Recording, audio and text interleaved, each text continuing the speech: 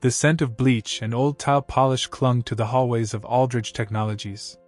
It was nearly midnight, most of the fluorescent lights had gone dark. But a single figure moved slowly through the empty offices, pushing a mop cart with one hand, the other clutching a faded photo folded into his wallet. His name was Eduardo Velasquez. 61. Wrinkles creased his eyes like time-worn leather. Most people at the company barely noticed him, just the janitor with a quiet smile and a thick Guatemalan accent. But Eduardo noticed everything: the late-night programmers, the heated boardroom arguments, the forgotten whiteboard scribbles about software systems he barely understood, yet always studied with quiet fascination. He took breaks in the server room, not to slack off, but because the quiet hum reminded him of a radio his father once built by hand back in a tiny town outside Guatemala City. A time when his dreams still seemed possible. Eduardo hadn't always been a janitor. He had been a soldier once. A teacher. A father. Life had stripped him of much, but never his pride, or his hunger to understand the world around him. He swept, he scrubbed, he studied. When others laughed at the jargon they overheard, Eduardo listened. He didn't know it yet, but on one of those whiteboards, under a coffee stain and half-erased notes, was a spark that would change everything. Eduardo's favorite place in the building wasn't even part of his cleaning route. It was an old storage room tucked behind the outdated HR wing. Dust hung in the air like forgotten memories, and the cracked linoleum curled like dead leaves. But for Eduardo, it was a quiet sanctuary. A place where he kept a small radio, a worn notebook, and a few saved articles printed from the company's internal newsletter. He wasn't supposed to be in there. But no one cared much. In truth, no one ever looked. He'd sit during his 15-minute break, slowly eating his tuna sandwich. Always made from the same can, the same bread. He liked the predictability. It balanced the uncertainty of his life. One evening, as a storm rolled in over the hills, Eduardo heard a knock. Not on the door, but from inside the walls. He followed the sound and found an old server rack humming faintly behind a loose panel. Forgotten by time, perhaps abandoned during an office renovation years ago. But it still pulsed with life, its green lights blinking like stars in a dark sky. Beside it sat a dusty cardboard box. Inside, a mess of cables, and a notebook, handwritten, thick, almost like a journal. Eduardo wiped off the cover. The words were faint but readable. Distributed Learning Systems, Personal Prototype, 1997. Something about it stirred him. Not just curiosity, something deeper. Like a whisper from the past calling his name. He took the notebook home that night. He didn't realize he was holding someone's forgotten dream, or the seed of his own second chance. Eduardo's apartment was small, 2 rooms above a closed-down bakery in a crumbling corner of Lancaster, Pennsylvania.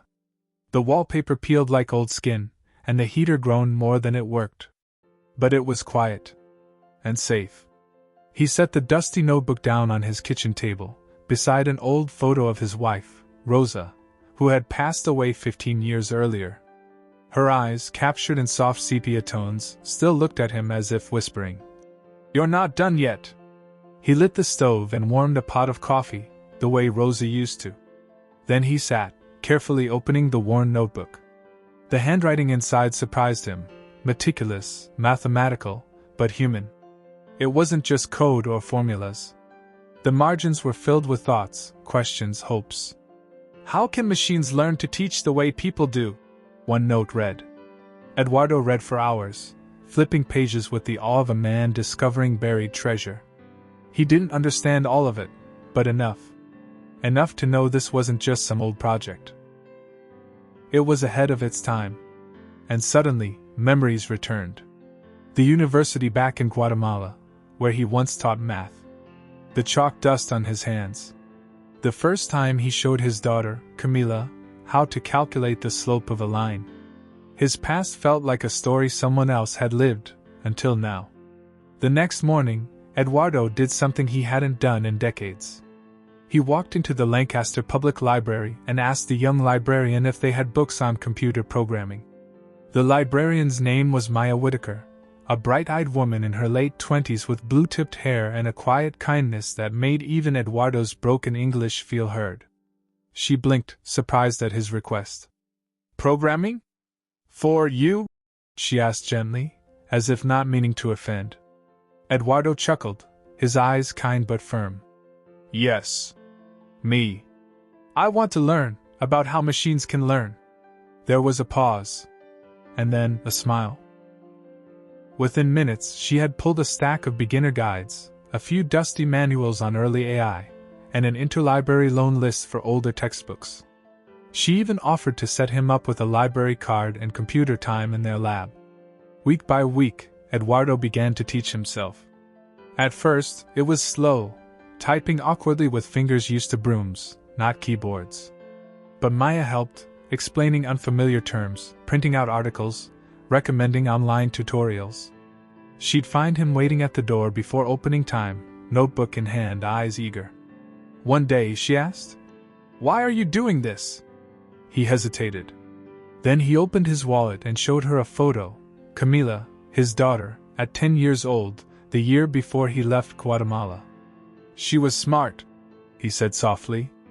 "Braver than me. I came here so she could be free. I lost her many years ago. But maybe if I build something good, she will find me again." It was the first time he'd said it aloud. Maya blinked back tears. She didn't know what to say. So she just nodded. From that day forward, she never let him study alone. Eduardo didn't talk much about the past, but it lived in him, stitched into his gait, the way he flinched at sudden sounds, how he always faced the door when sitting. Late one night, after a long study session at the library, he walked home under a light rain. The streets were empty. A passing car backfired and Eduardo froze, heart pounding, breath shallow. For a moment, he wasn't in Lancaster anymore. He was back in the jungle. Back in the uniform of a conscripted Guatemalan soldier, forced into service in a civil war that had stolen his brother, his faith, and his youth. He had done things to survive. Things no man should have to remember in the quiet of an American night. When he finally reached his apartment, soaked and trembling, he pulled an old box from the closet. Inside, a small medal, a letter from Rosa, and a tattered map of the U.S. he'd used when he crossed the border, alone, in 1991. He sat on the edge of his bed, staring at that map, tracing the faded red circle he'd drawn around Lancaster. A place chosen not for opportunity, but for its silence. That night, he wrote a line in the back of the AI notebook. "Machines don't feel shame. But they can help people who do." The next day, Eduardo returned to work. No one knew the battle he'd fought the night before. But something in him had shifted. The dream was no longer just about rediscovering his daughter. It was about redemption. For himself. A few weeks later, Eduardo's quiet routine was interrupted by a surprise encounter. While scrubbing near the TechWings elevator, he heard the cough first, a deep, rattling kind, the kind that clung to a man who smoked too many cigarettes and carried too many secrets. "You always work this late," came a voice. Eduardo looked up to see a tall, silver-haired man in a tweed jacket with a military pin on his lapel. He carried a leather briefcase and had eyes that looked both kind and tired. "Yes, sir," Eduardo replied. "I clean after hours. Easier when no one is here." The man nodded. "Used to be easier when I was invisible, too." He extended a hand. "James Hollis. I built half of this place, then got old enough to be ignored in it." Eduardo smiled, surprised. Hollis was a name he recognized, co-founder and former CTO of Aldridge Technologies. Rumor was he'd semi-retired after a disagreement with the new management. That night, Hollis asked Eduardo if he'd join him for coffee in the basement lounge. He obliged. As they sat in cracked leather chairs sipping lukewarm machine coffee, Eduardo shared small pieces of his life. The war. The classroom. The notebook. He even showed it to Hollis, cautiously. To his surprise, the old man leaned forward, scanning the pages like a long-lost manuscript. "Where'd you find this?" Hollis asked. "In a box, hidden near the old servers. Hollis gave a dry laugh. Well, I'll be damned. That's my handwriting.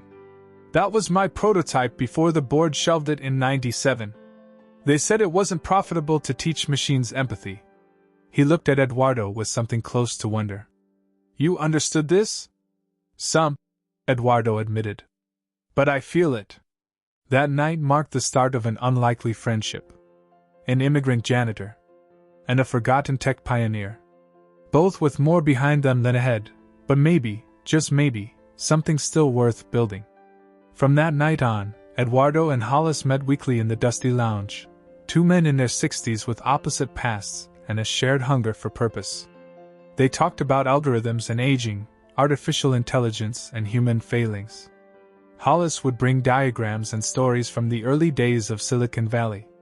Eduardo would bring notes scribbled in the margins of library books, questions in broken syntax, and ideas that didn't always use the right words, but always asked the right things.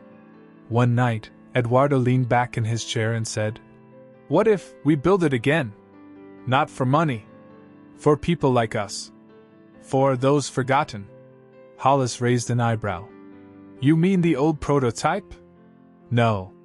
Better. Realer. An AI that teaches, yes, but also listens. Understands. Helps people restart. Not just students. Seniors. Veterans. Workers left behind. Hollis fell silent. Then smiled. You're talking about dignity. And that, my friend, is something no startup pitches anymore. They laughed quietly, and for a moment, they weren't a janitor and an ex-CTO. They were just two men with a spark. But sparks, as they knew too well, don't always catch.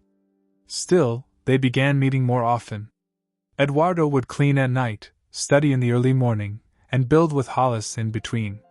They used old spare parts from discarded office tech. Hollis taught Eduardo to code in Python, walking him through neural nets like they were bedtime stories. Eduardo, he said one day, you're a better engineer than half the kids we hired in the '80s. You just never had a desk. Eduardo shook his head humbly. I had a broom. But it taught me how to see what people miss. 6 months passed. Their prototype, dubbed Luna, wasn't sleek. It didn't have a flashy UI or a polished pitch deck. But it worked. It could learn voices, patterns, even moods. Eduardo built the empathy scripts. Hollis wrote the architecture. They needed a test user, someone real. Someone overlooked. Eduardo thought of Mr. Jenkins, the retired Navy cook who lived 2 doors down. A widower with trembling hands and a sharp tongue dulled by loneliness. He spent most days watching static-filled reruns on a 1993 Zenith TV and drinking instant coffee from a rusted thermos. Would you help me test something? Eduardo asked one day, holding an old tablet they'd modified to run Luna. Jenkins scowled. What is it? One of them damn spy things. No, sir. Eduardo smiled. It's a teacher. A friend, maybe. The vet stared at him for a long moment, then shrugged. You fixed my radiator last winter. I owe you one. That night, Eduardo helped him set it up. Luna greeted him in a gentle, low tone. Hello, Mr. Jenkins. I'm here to talk, to teach, or to listen. You choose. Jenkins didn't reply at first. Just stared. But the next morning, Eduardo found him in the hallway with damp eyes. That thing asked me about my wife, he said softly. I told her about the way Marcy used to hum when she cooked. And then she played a song just like it. I forgot what it felt like to be heard. Eduardo said nothing. Just nodded. Inside, his heart swelled like it hadn't in years. Luna was more than code. It was connection. Eduardo stood in front of the post office, a letter trembling in his hand. It had taken him weeks to write it, more rewrites than he could count. And even more courage. Camila Velasquez. Santa Clarita, California. That was the address. After years of searching, Maya the librarian had helped him find it. His daughter was now a teacher, a real one. math and science, like he once was. Eduardo didn't know whether to be proud or ashamed. Dear Camila, the letter began. I do not know if you remember the sound of my voice, or the shape of my hands. You were 11 when I left, when I had to leave. He had explained everything. The danger, the civil war, the promise of America. His mistake, thinking he could bring her later. Then the borders closed, the money dried up, and silence grew between them like a wall. He had never stopped writing her. Dozens of letters. None mailed. Until now. I do not ask for forgiveness. Only to let you know I still carry your name like a prayer. He mailed it before he could change his mind. Weeks passed. No reply. Each day he returned from work, heart buzzing with hope, only to find the mailbox empty. No handwriting. No closure. Hollis told him. Sometimes daughters don't know how to answer ghosts, Eduardo. Give her time. But at night Eduardo would sit by his window with Luna running beside him. He fed the program news stories. Stories of fathers and daughters. Of leaving. Of trying to return. Luna learned. But Eduardo waited. And the silence began to ache louder than any war ever had. One crisp autumn afternoon, Eduardo shuffled down Main Street, his coat pulled tight against the chill. He stopped by the small cafe where he sometimes met Maya for coffee and books. As he waited for his order, a familiar voice called out. Dad? He turned slowly, heart pounding. There she was. Camila. The woman he had spent decades searching for, standing just a few feet away, eyes wide with disbelief and something deeper, guarded hope. Camila, he whispered, voice cracking. I never stopped looking. She hesitated, then smiled faintly. I got your letter. They sat together, awkward at first, the silence stretching before memories and apologies could bridge the gap. I was angry, she said finally, eyes glistening. You left. I waited. But maybe there's a reason for second chances. Eduardo reached out, trembling. I want to build a life with you again. That day wasn't perfect. It wasn't a fairy tale. But it was real. And sometimes, real was enough. With Camila's tentative blessing, Eduardo felt a new fire ignite inside him. Luna wasn't just a project anymore, it was a legacy. He and Hollis worked tirelessly, refining the program, polishing its voice, and preparing a pitch. They applied for a small grant from a local innovation fund, hoping to turn Luna into something bigger. The day of the pitch arrived, held at a cramped community center. Eduardo dressed in his best shirt, clean but threadbare. Hollis adjusted his tie nervously. They presented Luna to a panel of skeptical investors and tech experts, many half their age. Questions came fast and sharp. Market size? Revenue model? Competitive edge? Eduardo stumbled through the jargon but spoke from his heart. Luna is for people like my neighbor, Mr. Jenkins, and for my daughter, who I lost and hope to find again. It's about dignity and connection, not just profit. When the room fell silent, one judge, a young woman with kind eyes, stepped forward. This is more than technology, she said. It's healing.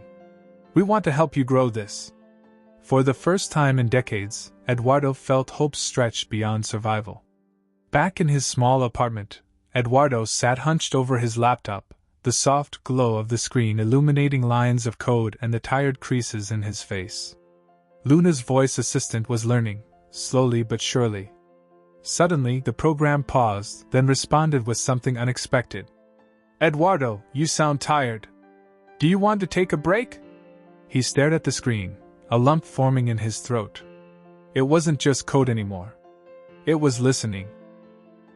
The loneliness that had wrapped around him like a heavy blanket for so long felt lighter. The machine he had built wasn't perfect, but it was a companion. That night, for the first time in years, Eduardo called Camila. His hands trembled as he dialed.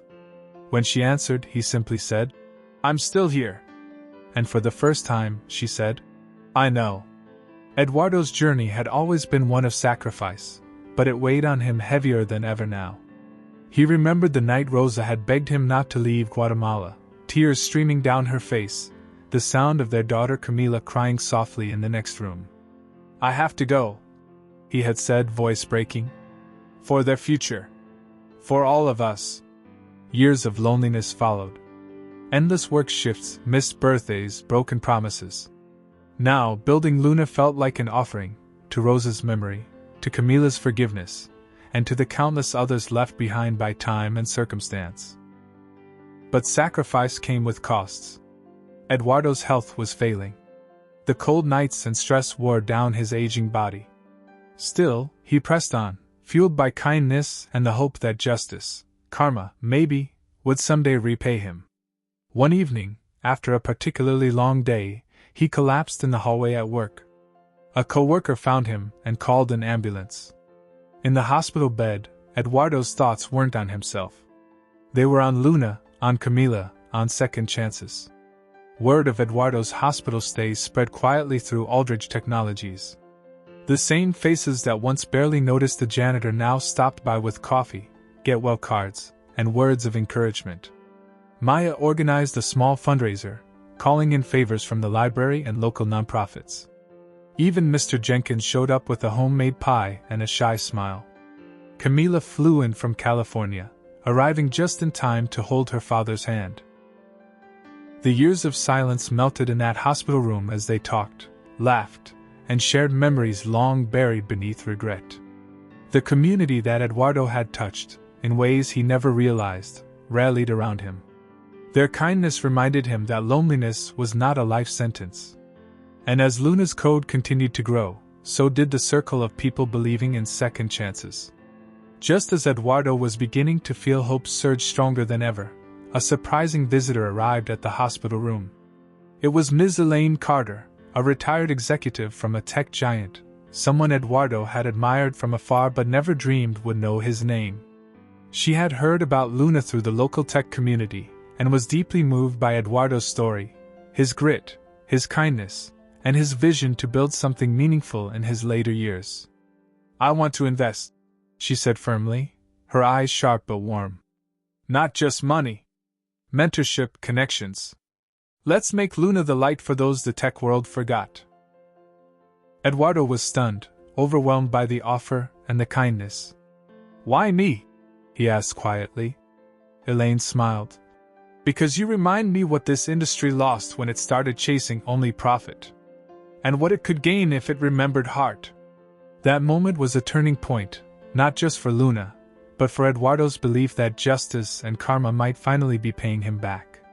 With Elaine's support, Eduardo and Hollis found themselves thrust into a new world, boardrooms filled with sharp suits, meetings about scalability, marketing, and investment rounds. It was overwhelming, but Eduardo never lost his grounding. Camila became a bridge between worlds, helping her father translate tech jargon and mentor the young engineers eager to learn about Luna's empathetic core. One evening, Eduardo stood on the rooftop of the Aldridge building, looking out over Lancaster's glowing skyline. He whispered to himself, "This is for Rosa. For Camila. For all of us who dared to dream again." Hollis came up beside him, smiling softly. "You turned a janitor's broom into a beacon, Eduardo. The world's ready for Luna now." And for the first time, Eduardo felt the weight of loneliness lift, replaced by the warmth of connection, and the promise of a future still waiting to be written. Not everything came easy. As Luna gained attention, Eduardo faced unexpected resistance, skepticism from some in the tech world who couldn't see past his age or background. Whispers about an old janitor with a hobby echoed in conference rooms. More painful was the tension with Camila, who struggled to reconcile the father she'd imagined with the man before her. Old wounds surfaced, years of absence, silence, and unanswered questions. One late night, they sat together in Eduardo's apartment, the air thick with unspoken regret. "Why didn't you come back sooner?" she asked, voice trembling. Eduardo's eyes filled with tears. "I was scared. I thought I was protecting you by leaving."